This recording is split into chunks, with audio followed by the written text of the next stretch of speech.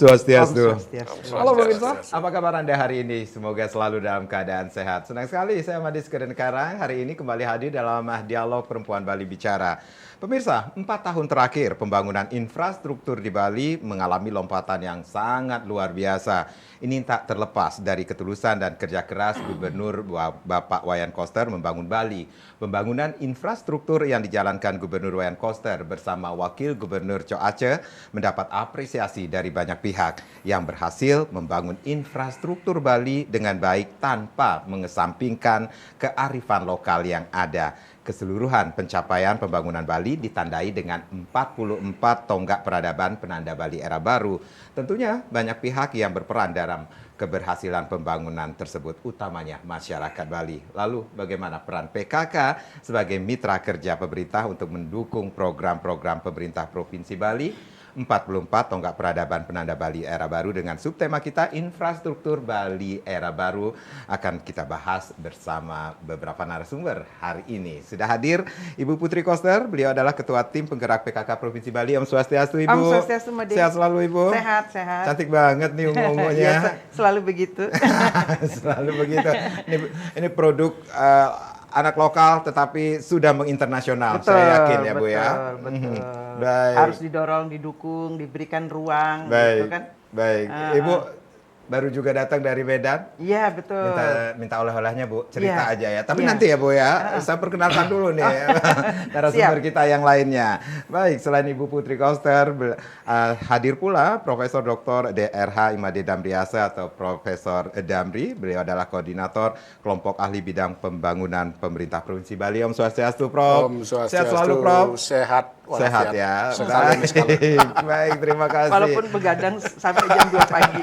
Wah, ini satu produk nih bajunya yang dipakai Prof nih sama Bunda nih Ibu ya. Baik, Khas Bali nih. Baik, Ya, terima khas kasih Bali. Prof sudah hadir pada kesempatan ini. Dan yang paling di ujung ada Bapak Insinyur Made Arca Eriawan MM. Beliau adalah kelompok ahli pembangunan bidang infrastruktur. Pak Eri, Om Swastiastu. Om Swastiastu. Sehat selalu Pak Eri. Sehat. Sehat. Baik, terima kasih juga sudah hadir di studio pada hari ini tentunya. Bu, seperti permintaan saya ini, Ibu baru datang dari Medan nih. Ini luar biasa sekali mengikuti bisa dikatakan Hari Kesatuan Gerak PKK yang ke-51 tahun yang kalau tidak salah ini mengambil sebuah tema yang cukup panjang juga ya, bergerak bersama menuju keluarga sejahtera dan tangguh, wujudkan Indonesia tumbuh. Cerita dikit dong Bu, Ya, pelaksanaannya. Jadi kita semua berkumpul di situ seluruh Indonesia, tidak hanya ulang tahun PKK, HKG PKK yang ke-51, tapi juga Dekranaz yang ke-43. Jadi Ibu Negara, Ibu Ketua Umum Dekranaz, Ibu Ketua Umum PKK, dan ibu-ibu OASE semua hadir, kita berkumpul di situ. Walaupun waktunya sangat singkat, hanya peringatan saja, tetapi pesan-pesan Ibu Negara sangat jelas. Jadi PKK itu mari tunjukkan tanggung jawab kita. Visi kita apa? Adalah mewujudkan keluarga dan anak-anak bangsa yang sehat pertamanya, kemudian cerdas, berdaya guna, berdaya saing tinggi, tetapi landasannya adalah akhlak mulia, budi pekerti yang luhur. Itu yang diperlukan, itu modal dari kita dari generasi ke generasi untuk tetap mempertahankan kejayaan bangsa kita. Jadi pesan beliau itu, jadi apa tugas dan tanggung jawab PKK? Itu ya menyampaikan, kemudian menggerakkan partisipasi masyarakat, bersama-sama mendukung apa yang menjadi program dari pemerintah setempat, pada khususnya dan umumnya adalah program dari pemerintah kita di Indonesia, seperti itu. Nah, pesan beliau terasa singkat tetapi sangat mendalam. Untuk dapat menjabarkan itu, untuk dapat menjalankan itu, kita di masing-masing daerah mesti melihat. Jadi seperti apa visi dan misi dari pemerintahan setempat. Nah, kalau Ibu itu kan di Provinsi Bali, visi beliau adalah Nangun Seker Tilo ke Bali melalui pola pembangunan semesta berencana menuju Bali era baru. Dan setelah 5 tahun, sekarang sudah ada 44 tonggak peradaban penanda Bali era baru. Di sana itu Ibu sempat juga bercerita kepada beberapa teman-teman yang memang juga ketua Dekranasda dan ketua PKK di daerahnya masing-masing.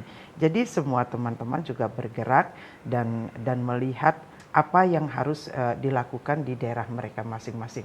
Karena semua tidak sama kondisinya. Yeah. Seperti misalnya kita harus melakukan kegiatan yang terkait dengan penurunan angka stunting.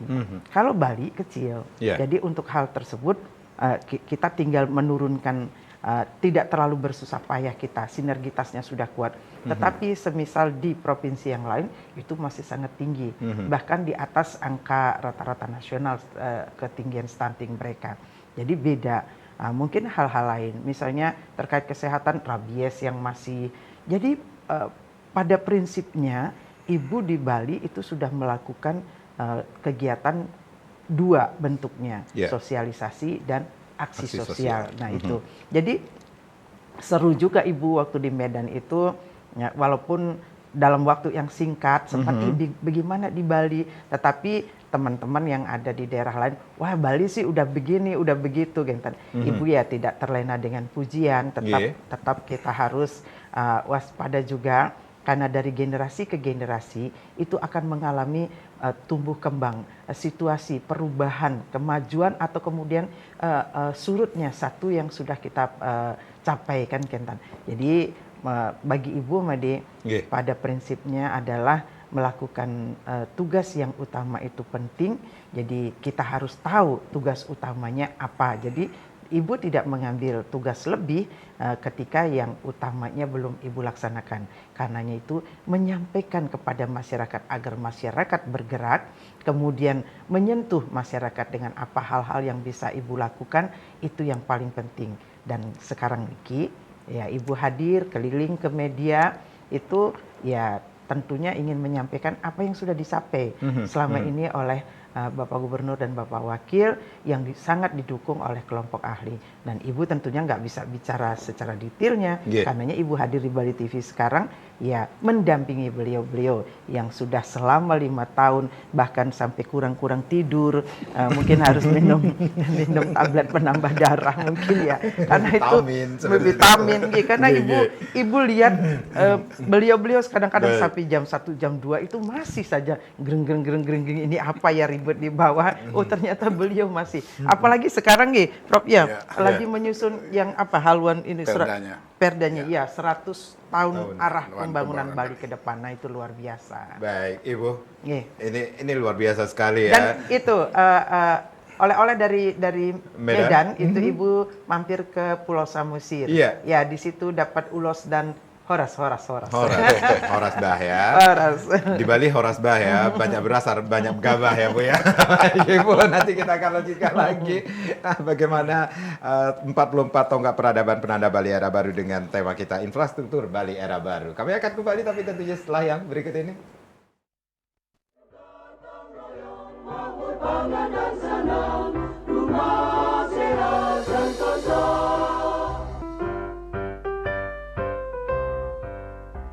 Terima kasih Anda yang baru saja bergabung bersama kami. Masih bersama Ketua Tim Penggerak PKK Provinsi Bali, Ibu Putri Koster. Ibu, berarti ada hal-hal yang perlu diketahui juga oleh masyarakat. Bagaimana keterkaitan apa yang sudah dilakukan oleh pemerintah Provinsi Bali dengan 44 tonggak peradaban penanda Bali era baru kalau kita bandingkan atau sinergikan dengan 10 program pokok PKK nih Ibu? Sangat. Jadi 10 program pokok PKK itu kalau Ibu lihat ke 44-nya masuk. Jelas itu. Ada misalnya bagaimana Bapak Gubernur ingin mengawal, melestarikan seni tradisi budaya. Nah di situ di dalamnya masuknya apa? Ada yang program pokok PKK yang pertama itu penghayatan dan pengamalan Pancasila, kemudian ada gotong royong. Yang lainnya ada aspek kesehatannya, ada tentang pangannya, itu semua masuk. Jadi bahkan tidak hanya 44 tonggak, 10 program pokok PKK yang ada itu benar-benar masuk ke visinya Bapak Gubernur. Jadi sangat mudah bagi Ibu dan itu lengkap, komplit, semua ada di situ. Sangat mudah bagi Ibu mensinkronkan antara kegiatan PKK dengan sosialisasi terkait program-program Bapak Gubernur. Ketika Ibu melakukan satu program unggulan dari PKK, Ibu sedang mendukung pemerintah menjalankan satu dari program pemerintah. misalnya stunting, terkait dengan kesehatan. Yes. Kan ibu juga punya program itu. Jadi program yang terkait kesehatan. Kemudian pengasuhan pola asuh anak dengan kasih sayang. Itu akan berdampak nanti menurunnya angka stunting karena perhatian kita terhadap anak-anak gitu. Jadi klik banget gitu antara 10 program pokok PKK dengan visi bahkan 44 tonggak itu. Baik, itu juga alasannya Ibu juga mendatangkan kelompok ahli yang akan memberikan informasi tentang topik kita pada hari Iya, ini supaya ya Bu ya. masyarakat tahu, Baik. supaya nggak apa sih 44 Nah, tonggak. itu Nah, gitu kan dia. nanti Prof akan Baik, menjelaskan. Prof, kita mengetahui ini pelaksanaan visi Nangun Saketilok ke Bali melalui 5 bidang prioritas yang didukung dengan pembangunan infrastruktur secara terkoneksi dan terintegrasi. Nah, ini pasti masyarakat juga sudah mengetahui ini seluruhnya pencapaian pembangunan Bali ini ditandai dengan 44 tonggak peradaban penanda Bali era baru. Tetapi banyak juga masyarakat yang belum mengerti ini. Sebenarnya apa yang dimaksud dengan 44 tonggak peradaban penanda Bali era baru ini, Prof? Iya, terima kasih Pak Made, terima kasih juga Bali TV. Jadi kami selaku kelompok ahli bidang pembangunan Provinsi Bali yang selalu mendampingi dalam penyusunan program maupun kebijakan seperti yang setiap tahun Pak Gubernur lakukan kan melaporkan capaian-capaian pembangunan Provinsi Bali sebagai implementasi dari visi Nangun Saketilok ke Bali. Tadi Ibu Putri Koster menyampaikan melalui pola pembangunan semesta berencana menuju Bali era baru. Jadi setiap tahun capaian-capaian pembangunan sampai akhir 2022, awal 2023 kita identifikasi ada 44 program dan kebijakan Pak Koster selaku Gubernur Bali untuk menjaga alam, manusia dan kebudayaan. Sehingga kalau kita kelompokkan ke 44-nya itu adalah semua terkait dengan alam, terkait dengan manusia dan terkait dengan kebudayaan. Namun kalau kita rinci satu persatu dari 44 ini yang paling banyak adalah di sektor adat, tradisi, seni, budaya, dan kearifan lokal. Misalnya seperti apa yang kita pakai sekarang dengan pakaian adat. Ini adalah salah satu tonggak peradaban Bali era baru. Jadi penggunaan busana adat Bali, kemudian penggunaan aksara, bahasa dan sastra Bali, penguatan desa adat, kemudian sistem perekonomian adat, dan lain sebagainya. Kemudian di sektor ekonomi juga Pak Koster punya konsep ekonomi untuk menyimbangkan struktur dan fundamental perekonomian, yaitu dengan ekonomi Kerti Bali, yang sudah disampaikan malah sampai ke Amerika terkait dengan konsep ekonomi Kerti Bali yang nantinya Bali tidak hanya tergantung pada salah satu sektor yaitu sektor pariwisata. Nah, terkait dengan subtema hari ini tentang infrastruktur, ini pun tidak terlepas dari upaya untuk menyeimbangkan pembangunan antar wilayah. Yang selama ini 60% perekonomian Bali ini didominasi oleh Bali Selatan. Jadi Pak Koster sudah memetakan apa yang harus dilakukan terkait dengan penyeimbangan dari perekonomian antar wilayah. Jadi dengan dibangunnya berbagai infrastruktur, misalnya dibangun kawasan pusat kebudayaan Bali di Klungkung, ini akan menyeimbangkan perekonomian Bali ke arah timur. Tidak hanya Bali Selatan, Bali Timur juga akan berkembang.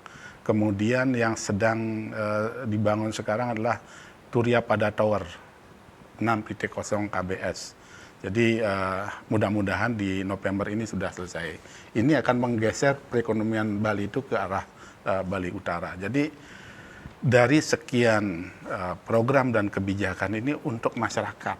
Oleh karena itu tepat sekali kalau PKK juga ikut mensosialisasikan, dan karena bukan hanya mensosialisasikan, karena PKK juga akan merasakan terkait dengan program-program dan kebijakan yang telah dilaksanakan dan sedang dilaksanakan oleh Pak Koster selaku Gubernur Bali dengan Wakil Gubernur Bali. Jadi perlu juga diketahui oleh masyarakat. Jadi selama kepemimpinan Pak Koster ini kan sekian tahun kita dilanda oleh pandemi COVID-19. Jadi kalau tanpa kelihayan beliau untuk mendapatkan sumber pendanaan dari APBN, karena semua pendanaan direfocusing untuk penanggulangan COVID-19, tetapi Bali tetap juga mendapatkan anggaran APBN untuk membangun infrastruktur yang sudah diprogramkan di Bali. Jadi ini yang saya kira perlu kami sampaikan sebagai kelompok ahli bidang pembangunan kepada masyarakat, bagaimana upaya keras dari Pak Koster terkait dengan memperjuangkan penggunaan alokasi APBN untuk infrastruktur. Nah, kemudian juga masyarakat harus menyadari juga kepemimpinan Pak Koster selama 4 tahun, berapa APBD yang sudah dialokasikan untuk infrastruktur. Karena semua pembangunan infrastruktur yang ada di Bali ini tidak hanya bersumber dari APBN, juga ada malah sebagian besar seperti Turiya Pada Tower ini 100% pendananya dari APBD. Jadi itu efisiensi yang dilakukan oleh Pak Gubernur terkait dengan pembangunan infrastruktur yang tujuannya adalah untuk pemerataan pembangunan antar wilayah di Bali. Bisa dikatakan ini infrastruktur penanda Bali era baru yang dibangun di 4 penjuru arah Pulau Bali, Prof. Utara, Barat, Selatan, Timur, ini bisa dikatakan ini untuk memberikan kesejahteraan bagi masyarakat Bali. Jadi yang pertama tentu pemerintah itu pembangunannya pasti tujuannya untuk mensejahterakan dan membahagiakan masyarakat. Yeah. Kemudian yang kedua tidak terlepas juga yang menjadi keinginan Pak Gubernur mewujudkan pariwisata yang berkualitas dan bermartabat. Jadi dengan dibangunnya infrastruktur, pusat-pusat wisata, objek wisata baru, ini akan meningkatkan kualitas dari kepariwisataan Bali. Dan ini baru satu periode terkait dengan pembangunan infrastruktur yang telah dilakukan oleh Pak Koster selaku Gubernur Bali. Baik. Saya ke Pak Eri. Pak Eri, bagaimana Bapak melihat ini strategi pembangunan di Bali yang saat ini sedang dilakukan oleh kepemimpinan Bapak Wayan Koster dan Cok Aceh? Ya, terima kasih Pak Made, pemirsa Bali TV, Om Swastiastu. Pak Koster ini cukup jeli melihat permasalahan Bali. Pada saat beliau menjabat menjadi gubernur, mungkin sebelum menjabat sudah punya pemikiran nih Bali mau diapakan. Memang permasalahan Bali yang utama itu seperti saya sampaikan Pak Prof itu adalah ketidakseimbangan pengembangan wilayah. Jadi perkembangan ekonomi itu kebanyakan ada di Bali Selatan, sehingga Bali Utara, Bali Timur, Bali Barat itu agak tertinggal. Sehingga program pertama beliau itu adalah di infrastruktur transportasi. Karena dengan ada infrastruktur transportasi akan terjadi keefisienan pergerakan, keefisienan ekonomi. Ada yang menarik dari visi Pak Gubernur, infrastruktur yang dikembangkan juga dalam rangka tadi visi beliau, Nangon Saat ketika lo ke Bali, bagaimana kita memelihara alam, menyejahterakan masyarakat Bali, dan meningkatkan kualitas kebudayaan. Nah, ini infrastruktur ini tidak hanya di fisik saja, tapi juga sebenarnya skala di skala. Ini yang kami sebagai kelompok ahli cukup bangga, karena infrastruktur juga untuk meningkatkan kebudayaan termasuk kepada pelindungan kawasan suci Besaki itu adalah sebuah infrastruktur memang untuk meningkatkan kenyamanan umat untuk melakukan persembahyangan. Ini luar biasa. Kemudian ada pusat kebudayaan Bali. Mungkin ini banyak yang bertanya, budayanya kok dipusatkan? Jadi budaya Bali itu ada di seluruh wilayah Bali dan ada di seluruh masyarakat Bali. Tetapi kita perlu etalase terpusat. Sehingga orang datang itu, oh ini loh Bali. Bukan berarti harus ke sana lengkap. Ini contoh-contohnya, sehingga nanti para wisatawan itu akan mengunjungi lokasi sebenarnya seperti apa. Kita akan tampung di sana dalam bentuk museum, dalam bentuk pentas-pentas kesenian dan sebagainya. Termasuk juga inklusif, yang paling penting inklusif untuk seniman dan budayawan Bali. Kalau kita sekarang ada ITDC, mungkin kita seperti manggung di sana. Kalau ini memang budayawan dan seniman yang punya ranahnya dan mengisinya. Banyak sebenarnya yang lain infrastruktur. Kemudian kalau kita bagi infrastruktur kan gunanya untuk percepatan katalisator pembangunan kesejahteraan dan ekonomi. Jadi selain transportasi, energi. Pak Gubernur cukup kuat ingin menjadikan Bali ini Bali yang bersih. Sehingga ke depan Bali ini diharapkan tidak ada lagi energi yang berasal dari gas alam, kita mengambil pada energi baru dan terbarukan dan bersih, sehingga cukup gencar, termasuk PLT listrik pun bahan bakarnya harus energi bersih. Kemudian tentang kebersihan, kemudian tentang telekomunikasi tadi Pak Prof sampaikan, kita Bali ingin seluruh Bali ini nggak ada blank spot, karena Bali kita jadikan dimanapun itu berada, kita connecting secara internasional, dan apa sumber daya kita bisa tampilkan di dunia internasional. Ini yang kita ingin jadikan Bali berkualitas secara lingkungan, alam bersih. Kemudian juga di bidang pertanian, beliau juga mengembangkan energi Bali organik. Itu juga infrastruktur kan banyak membackup di sana, dan banyak lagi sebenarnya. Saya harus lihat catatan untuk melihat itu. Saya punya catatannya. Dari 44 itu 15 di infrastruktur. Baik. Bagus Tapi- juga kalau dibacakan, Boleh, Bang Adi, boleh, kan, boleh. Iya, Saya harus ngambil iya. kaca. supaya pemirsa Bali TV tahu Juga yang mana mengetahui aja. ya. Iya, Apa Jadi- saja 44 tonggak peradaban penanda Bali era baru? Ada 15 infrastruktur, tapi yang fisik itu 8. Karena yang lain itu tidak langsung dengan fisik. Pertama adalah pelindungan danau, mata air, sungai, dan laut Pergub. Jadi Pak Gubernur ingin kearifan lokal ini terjaga. Bahkan sekarang kita sedang menyusun perda kawasan suci gunung dan danau, Pak ya. Baik. Ya, Prof. Jadi ini kemudian pengelolaan sampah berenergi bersih, Bali mandiri energi dengan energi bersih tadi sudah kami sampaikan, penggunaan kendaraan bermotor listrik berbasis baterai. Ini sudah mendapat dukungan internasional. Kemarin Pak Gubernur ke Amerika. Baik. Ini dapat dari masyarakat Amerika menghimpun dana melalui program MCC. Mereka dalam 5 tahun ini akan membantu untuk transformasi energi bersih untuk kendaraan. Ini yang cukup luar biasa. Iya.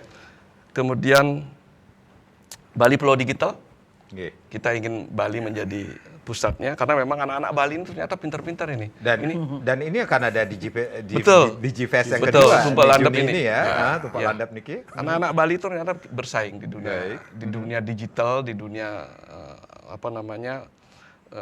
digital informasi. Kemudian pelindungan kawasan suci Besakeh tadi sudah kami sampaikan. Kawasan pusat perbelanjaan tadi shortcut. Jadi saudara-saudara kita di di Buleleng sekarang sudah menikmati sampai 3, 4, 5, 6, 7, 8. Akan sampai 12. Akan sampai Mudah-mudahan 12. Bapak Gubernur bisa melanjutkan ini sampai 12. Baik, Jadi, mudah-mudahan kita Bapak, doakan. mudah-mudahan akan dilanjutkan. Tetapi Ya. kita lanjutkan perbincangan Oke. sebentar lagi ya Pak Heri ya. Baik Ibu dan Prof, kita rehat sejenak, nanti kita akan lanjutkan lagi. Pemirsa jangan kemana-mana, kami akan kembali saat lagi.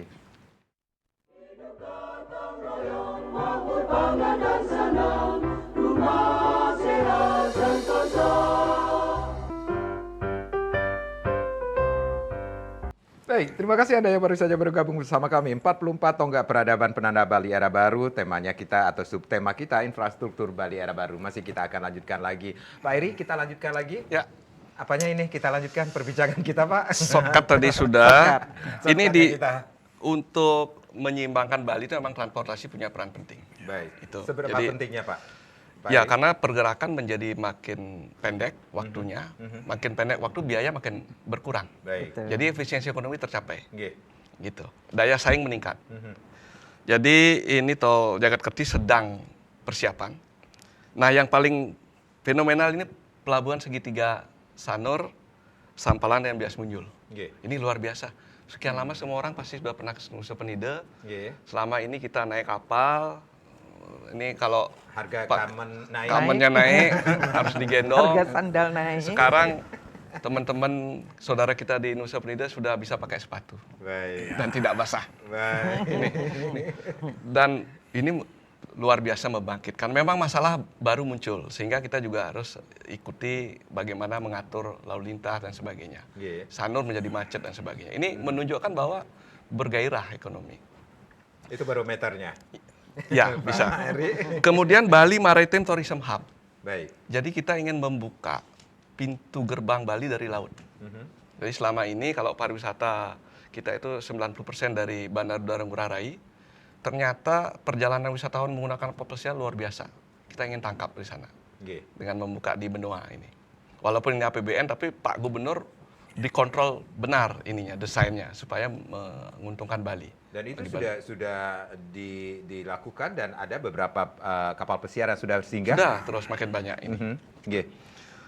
Kemudian di sisi air, nah air juga kita jangan jualan lokasi saja, kebutuhan air kita juga harus kita jaga, kita sediakan. Ada bendungan Sidana, bendungan Tambelang dibangun, dan nanti akan segera dibangun bendungan Waduk Tukadunde. Sebenarnya dari 44 ini banyak di luar yang tidak masuk. Ini yang menjadi Pak Gubernur ini saja atau enggak. Banyak sekali sebenarnya yang lain yang belum dimasukkan Pak Gubernur. Kemudian Turya Pada Tower. Yeah. Jadi memang ini permintaan masyarakat. Beleleng waktu itu karena blank spot, Pak Gubernur membangun sekalian untuk Bali sekaligus sebagai destinasi. Ini yang Pak Gubernur lakukan. Mungkin itu sementara, nanti kalau masuk ke dalam kita bisa cerita banyak ini. Masing-masing judul ini. Baru 44 ya, padahal ada yang di luar dari 44 yang itu sekarang sendiri, sedang Pak? disusun pun banyak masih. Program-program tambahan yang di luar ini. Kita sedang bergerak terus. Ya, Prof katanya tadi ada tambahan juga untuk pusat kebudayaan Bali ini sendiri, Prof? Ya, jadi sebelum masuk ke pusat kebudayaan Bali ini 44 ini kita stop di akhir 2022. Stop di Di 2022. akhir 2022 kita mengidentifikasi dan menyusun 44 tonggak peradaban penanda Bali era baru.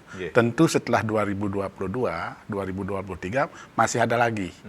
Jadi misalnya seperti undang-undang tentang Provinsi Bali, kemudian misalnya haluan pembangunan 100 tahun Bali ini kan muncul lagi dan tidak berhenti di 44. Nah, salah satu yang paling fundamental dan monumental adalah kawasan pusat kebudayaan Bali.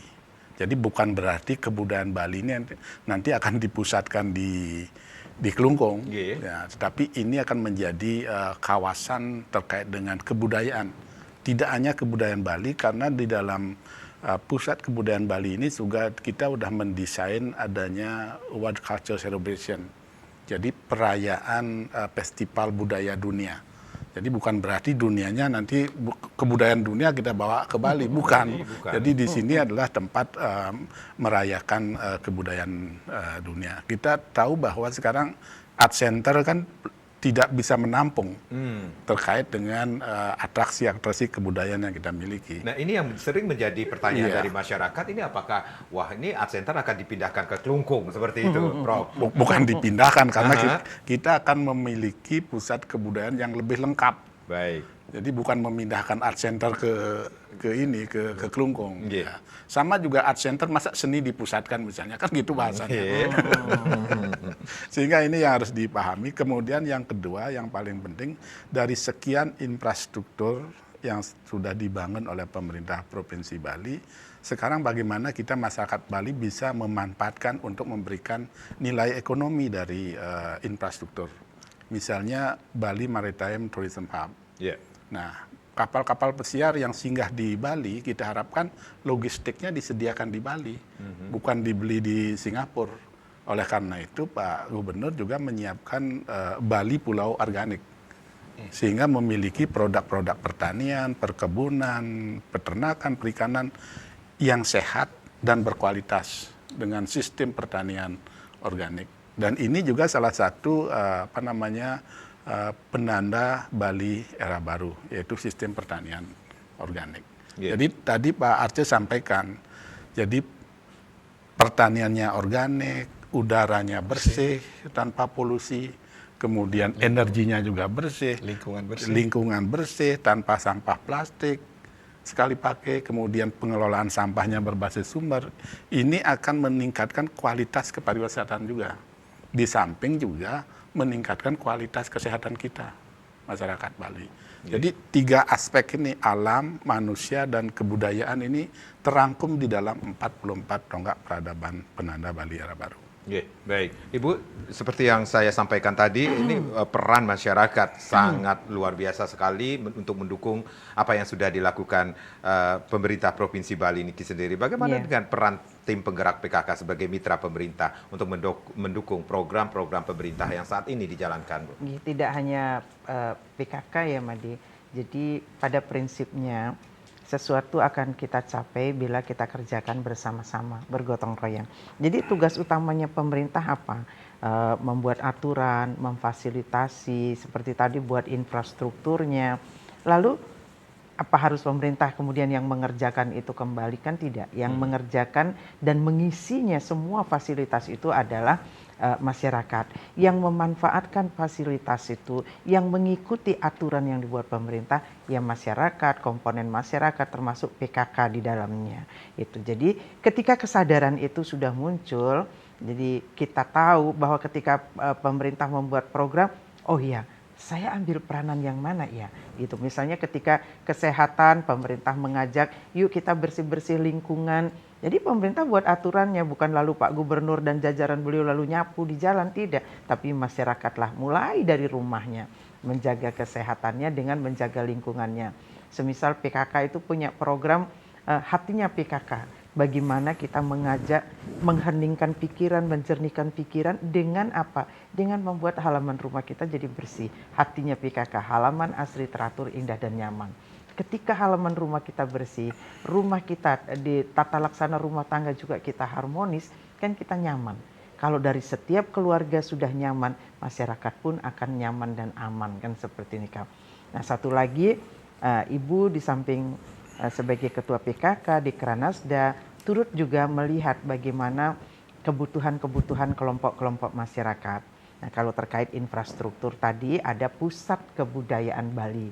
Nah bagi Ibu kan emang kadang rame orang bicara masa kebudayaan dipusatkan, itu kan nama tempat gitu. Jadi tetapi di sana kita akan melihat bisa sari-sari jati dirinya Nak Bali. Di situ ada museumnya, di situ ada panggung keseniannya, dan di situ juga Ibu sudah memohon kepada Bapak Gubernur untuk dibuatkan ruang bagi anak-anak disabilitas. Kan kita ini di Bali sekian puluh ribu ada anak-anak kita yang difabel kan.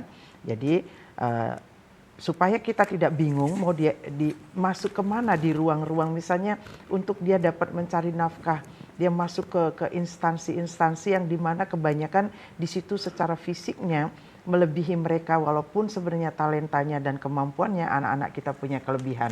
Misalnya di satu kantor anak kita paham IT, tetapi dia bawa kursi roda sementara kantornya lantai berapa. Itu hambatan juga sedikit bagi anak-anak kita.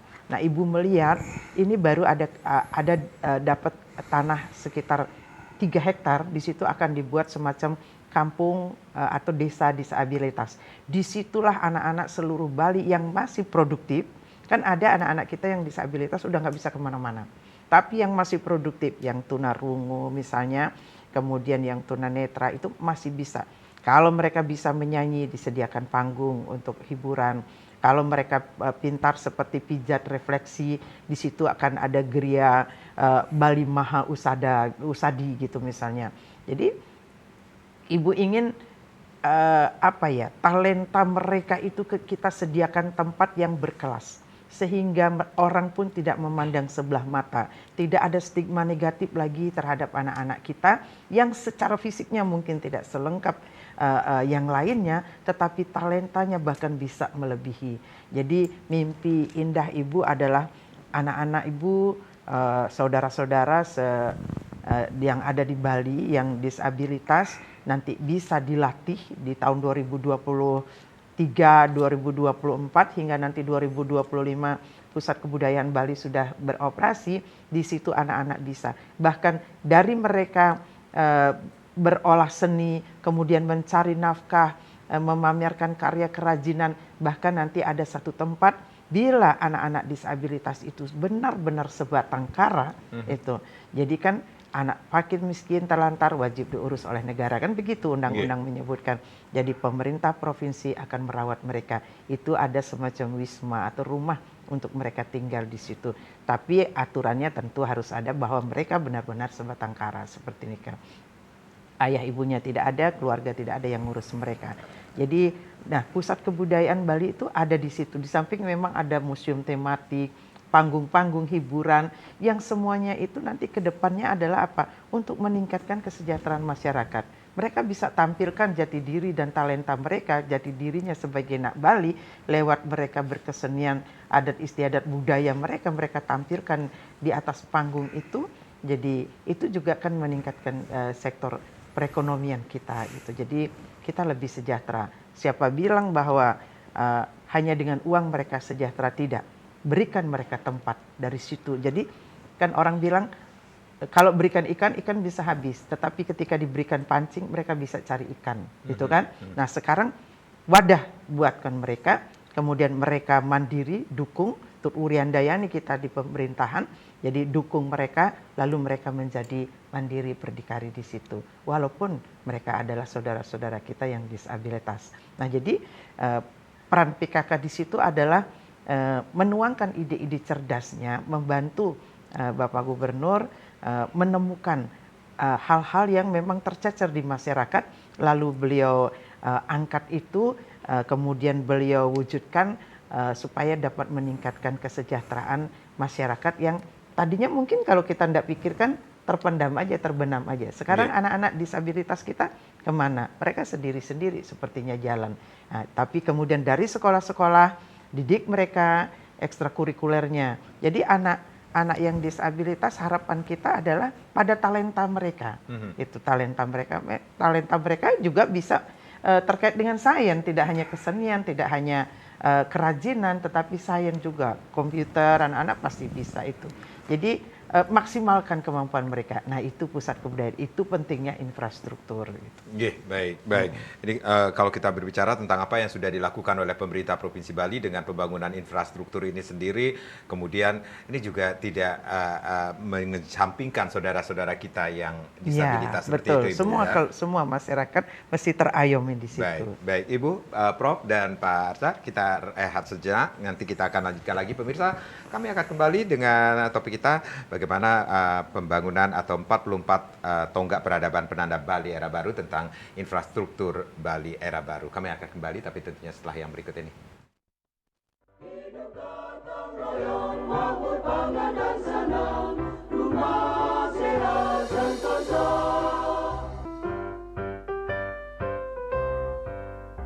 Kita masih di topik kita yaitu 44 tonggak peradaban penanda Bali era baru dengan subtema kita infrastruktur Bali era baru. Prof, kalau kita berbicara tentang apa yang sudah dilakukan, infrastruktur adalah aset utama untuk tujuan terbentuknya puncak pembangunan suatu daerah, termasuk juga di Bali. Niki sendiri, Prof, melihatnya yang sudah dilakukan?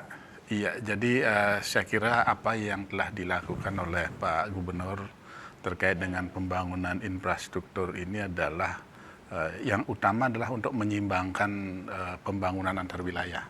Ya. Itu poin pertama. Kemudian yang kedua juga terkait dengan upaya untuk meningkatkan kualitas kepariwisataan yang kita miliki. Tentu yang paling penting adalah semua ini muaranya adalah untuk kesejahteraan dan kebahagiaan masyarakat Bali, termasuk juga tadi Bu Putri Koster menyampaikan disabilitas. Jadi di setiap fasilitas sarana prasarana infrastruktur yang dibangun pasti akan dilengkapi dengan fasilitas untuk disabilitas. Misalnya kalau kita ke Besakeh, ke kawasan-kawasan wisatawan itu wajib kita menyediakan fasilitas untuk disabilitas. Nah terkait kembali lagi pusat kebudayaan Bali yang dibangun di Klungkung, kalau kita lihat setback ke belakang, kenapa Bali menjadi tujuan wisata itu kan karena wisatawan dunia ini tertarik terkait dengan alam, manusia dan kebudayaan. Jadi oleh karena itu pembangunan pusat kebudayaan Bali ini dikonsepkan untuk kebangkitan kembali peradaban dan keadaban budaya Bali. Sehingga Bali benar-benar menjadi pusat peradaban dunia yang kita kenal dengan Bali Padma Buana. Ini merupakan salah satu tujuan dari haluan pembangunan Bali 100 tahun ke depan yang sedang disusun dan sudah diseminarkan oleh Pak Koster terkait dengan pembangunan 100 tahun Bali. Jadi Pak Koster 5 tahun memimpin Bali sudah memikirkan apa yang akan terjadi 100 tahun. Jadi apa yang harus kita siapkan 100 tahun. Jangan begitu kejadian kita baru baru melakukan sesuatu untuk menyikapi hal-hal tersebut. Jadi telah disusun secara apik. Jadi hal-hal apa yang harus dipersiapkan, misalnya tentang peningkatan jumlah penduduk di tahun 2125. Nah, itu apa yang harus kita lakukan terkait dengan produksi pertanian. Di satu sisi terjadi penurunan luas luas sawah. Sehingga yang perlu dilakukan dari sekarang termasuk juga akademisi adalah melakukan riset-riset untuk meningkatkan produktivitas pertanian. Jadi sudah sejauh itu berpikir terkait dengan menyelamatkan alam, manusia, dan kebudayaan Bali. Baik. Saya ke Pak Arca. Pak Arca tadi menyampaikan ini program pertama infrastruktur adalah transportasi. Nah, ini seberapa pentingnya Pak Bapak melihat pembangunan infrastruktur yang berbasis konektivitas sehingga berdampak positif bagi Bali? Ya, Bank Dunia pernah melakukan studi bahwa kalau efisiensi transportasi itu bisa mengurangi biaya produksi cukup signifikan, hampir 20-30%. Kalau konektivitasnya itu lancar. Nah, kita kan sekarang di sini yang menjadi masalah di sini kan kita, terutama di pariwisata, kita kalau sebagai destinasi kita sudah unggul lah. Tetapi ada yang kelemahan kita adalah kita kurangnya transportasi publik. Jadi kalau wisatawan, kita tahu sendiri ya, kalau datang turun di Ngurah Rai untuk mencapai ke Ubud, mungkin keluar aja sudah susah. Karena makin padat, walaupun kita sudah dapat penundaan kepadatan gara-gara COVID, tapi tidak bisa terhindarkan, kemacetan udah muncul lagi. Artinya apa? Bali ini terus menjadi magnet orang datang. Sehingga efisiensi transportasi itu memang butuh buat Bali, dan itu sudah dipikirkan nasional, dan Pak Gubernur sudah berjuang untuk itu. Memang untuk membangun transportasi publik butuh pemikiran, butuh ini kerjasama pusat juga, dan kita akan mengembangkan salah satunya bus dan LRT, termasuk juga kereta jaringan. Jadi kita harapkan nanti tidak ada kepadatan lagi di titik-titik persimpangan. Ini membutuhkan kerjasama antar provinsi, kabupaten, kota, dan nasional. Dunia pun memikirkan ingin memberikan bantuan untuk efisiensi transportasi di Bali. Itu yang pertama. Yang kedua, memang kita kalau transportasinya kita nyaman. Kan kalau kita seperti ke Besakeh kemarin kan macet, kan nggak nyaman. Jadi kenyamanan kita meningkat. Indeks kebahagiaan. Jadi ke Bali itu tenang, nyaman, dan sebagainya. Selain memang untuk penurunan biaya produksi logistik barang dan jasa. Itu kalau kami lihat pentingnya transportasi. Baik, bisa dikatakan ini dengan terobosan dan inovasi yang dilakukan pemerintah, khususnya Bapak Gubernur, Bapak Wayan Koster, dan Bapak Chok Aceh Niki sendiri, bisa membawa manfaat nyata bagi kemajuan Pulau Dewata, Pak Arca? Kita akan menuju ke sana. Masih banyak yang kurang, tapi keberhasilan sudah mulai kelihatan. Baik. Baru 44 yang kelihatan. Yang tidak kelihatan ini masih banyak lagi nih PR nih dari Bapak Gubernur kita. Pak Made, Prof, sedikit ya. Kalau Ibu pribadi melihat, kira-kira apa ya yang harus dilakukan untuk mengurangi kemacetan ini. Ditumpuk-tumpuk pun jalan layang, kalau motor mobil pribadi. Jadi setiap satu orang dari orang yang tinggal di Bali membawa mobil, nah itu tetap akan menimbulkan kemacetan. Jadi tapi nggak nyalakan juga karena situasi kondisi. Jadi masyarakat yang baru saja berkembang secara ekonominya, semisal nih ibu baru bisa beli mobil, jadi pasti ibu akan dengan bangga kemana-mana bawa mobil, kan begitu. Jadi masih merupakan kebanggaan untuk membawa kendaraan sendiri keluar rumah. Beda dengan negara-negara semisal di Eropa atau di Jepang misalnya, mereka lebih senang memakai kendaraan umum karena biaya dan kemudian panjangnya waktu yang dipakai untuk mengendarai kendaraan pribadi itu lebih tinggi biayanya gitu. Belum lagi setiap perempatan itu traffic light. Kalau kita di sini kan tidak. Jadi yang memenuhi kita kan mobil pribadi saja. Andainya seperti dulu tahun 70-an gitu, banyak yang tidak punya mobil, motor naik bemo roda 3 kan masih aman itu, 80 masih aman. Setelah sekarang itu coba hitung dalam satu keluarga Kalau keluarga menengah ke atas bisa satu orang punya satu mobil di dalam rumah, bapak punya sendiri, ibu anak-anaknya. Belum lagi kalau yang menengah sepeda motor, satu orang dalam keluarga itu bahkan bisa punya 2 sepeda motor, kan begitu. Nah, jadi pemakaian kendaraan pribadi. Jadi mungkin ke depannya perlu, di samping itu kan karena PAD-nya provinsi dari kendaraan. Sebenarnya Provinsi Bali tidak ingin mengurangi kendaraan. Itu yang kalau sama Pak Gubernur. Tapi benar harus dipikirkan karena wisatawan yang datang ke Bali, siapapun yang datang ke Bali ingin menikmati kenyamanan.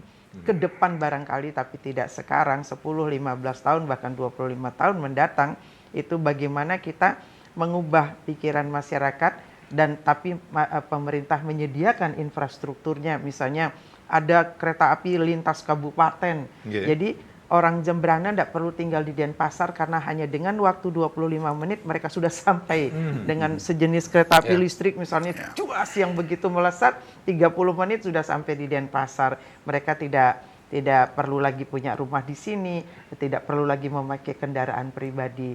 Jadi mungkin itu akan berpengaruh. Tapi sekarang karena memang masih budaya kita yang ingin menampilkan eksistensi diri, bahwa secara ekonomi saya mampu, kemana-mana saya bawa mobil, kemana-mana saya bawa motor, kan seperti ini kan. Jadi kayaknya gitu ya.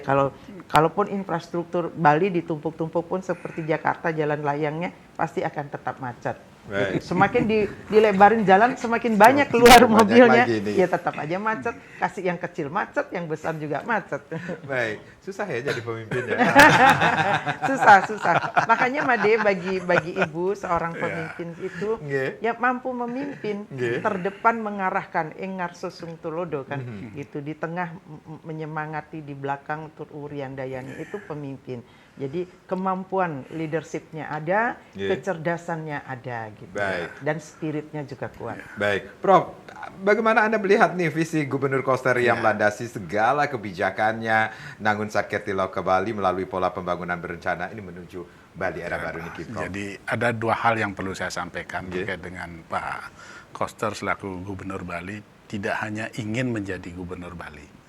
Jadi beliau dari diskusi-diskusi yang saya lakukan 2 tahun sebelum ingin menjadi gubernur sudah mengumpulkan beberapa referensi, sudah mengidentifikasi permasalahan-permasalahan yang harus dilakukan untuk membenahi Bali ke depan. Itu yang pertama.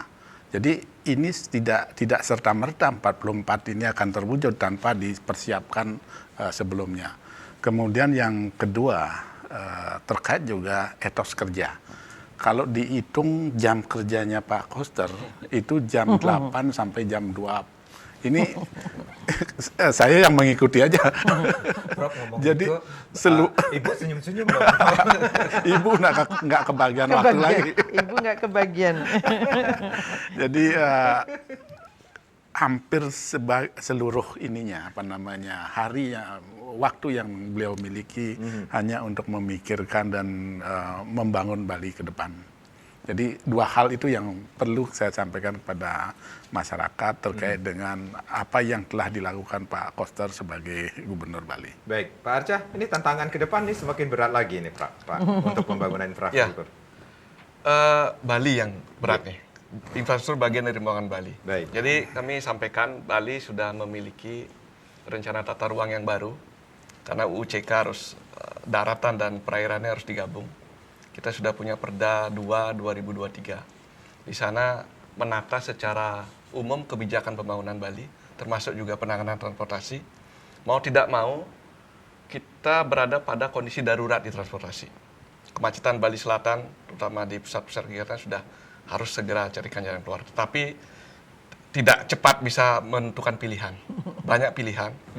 Karena kita harus sadari bahwa kita punya budaya juga yang membatasi kita berbeda dengan teman-teman kita di tempat lain. Kalau mereka bikin jalan layang udah beres urusannya. Tapi kan kita tidak mungkin. Kita masih menghormati perajaan yang lewat di sekitar jalan. Sehingga kita mencari bentuk. Mungkin pilihannya salah satunya underground. Beberapa tempat yang padat kita underground. Nanti kendaraan pribadi mutlak harus dibatasi. Baik. Memang pendapatan turun, sehingga harus ada konversi.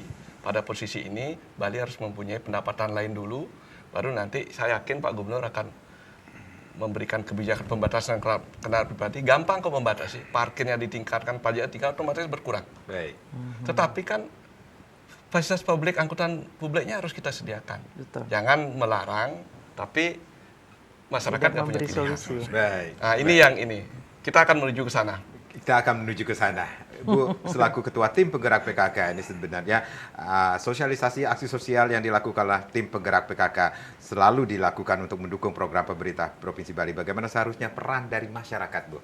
Ya, Yang itu Ibu harapkan. yang ingin Ibu sampaikan. Pertama, untuk mengajak masyarakat berperan, masyarakat harus tahu dulu, Ginten. Jadi apa yang dilakukan oleh pemerintah ini, masyarakat ada begini, pemerintah punya program seperti ini. Jadi dari masing-masing pijakan, apa profesi mereka, bagaimana cara mereka melakukan, itu sudah bisa dicari kan lewat teknologi tinggi kan, bisa kita klik, misalnya sekarang mengikuti aturan bahwa pada setiap hari Selasa kita memakai endak, ayo ikuti. Jangan berpikir bahwa hari Selasa pakai endak, Pak Gubernur aja yang pakai endak, itu kan peraturannya gubernur. Tidak begitu, beliau bikin peraturan, tetapi siapa yang melakukannya? Masyarakat. Nah, makanya Ibu menyampaikan lewat sosialisasi. Pemerintah tugasnya bikin aturan, sudah dilakukan. Masyarakat mengikuti aturan tersebut. Karena apa? Pemerintah ketika menyusun aturan, panjang yang dipikirkan, bahkan dampaknya yang kemudian kepada yang lainnya sudah dipikirkan. Dengan memakai itu, kain tenun kita akan meningkat, pengrajin kita akan sejahtera, kan seperti itu, Madi. Makanya siapapun yang tinggal di Bali, masyarakat Bali, ketika ada aturan tersebut, oh ya saya harus. Kami harus pakai pakaian adat. Dia mau orang Sulawesi, orang Sunda, orang apa, pakai aja pakaian adat Bali. Nggak apa-apa, toh kita orang Indonesia. Dengan begitu, kita akan lebih menyelami, mendalami budaya di mana tempat kita berpijak. Jadi seperti itu. Makanya masyarakat ya harus diberitahu dulu. Ketika sudah paham, menghayati, mereka pasti mau melakukannya. Kalau nggak tahu ya bagaimana, apa yang harus saya lakukan, itulah tugas yang Ibu lakukan. Baik. Sosialisasi. Baik, apa yang sudah dilakukan oleh pemerintah Provinsi Bali tujuannya satu adalah mensejahterakan masyarakat Betul. Bali. Ibu, Prof, dan Pak Arca, terima kasih sudah sharing. Saya Madis Keren Karang. Terima kasih, kita berjumpa lagi di lain kesempatan. Om Santi, Om Santi, Santi, Santi, Santi. Santi, Om. Om.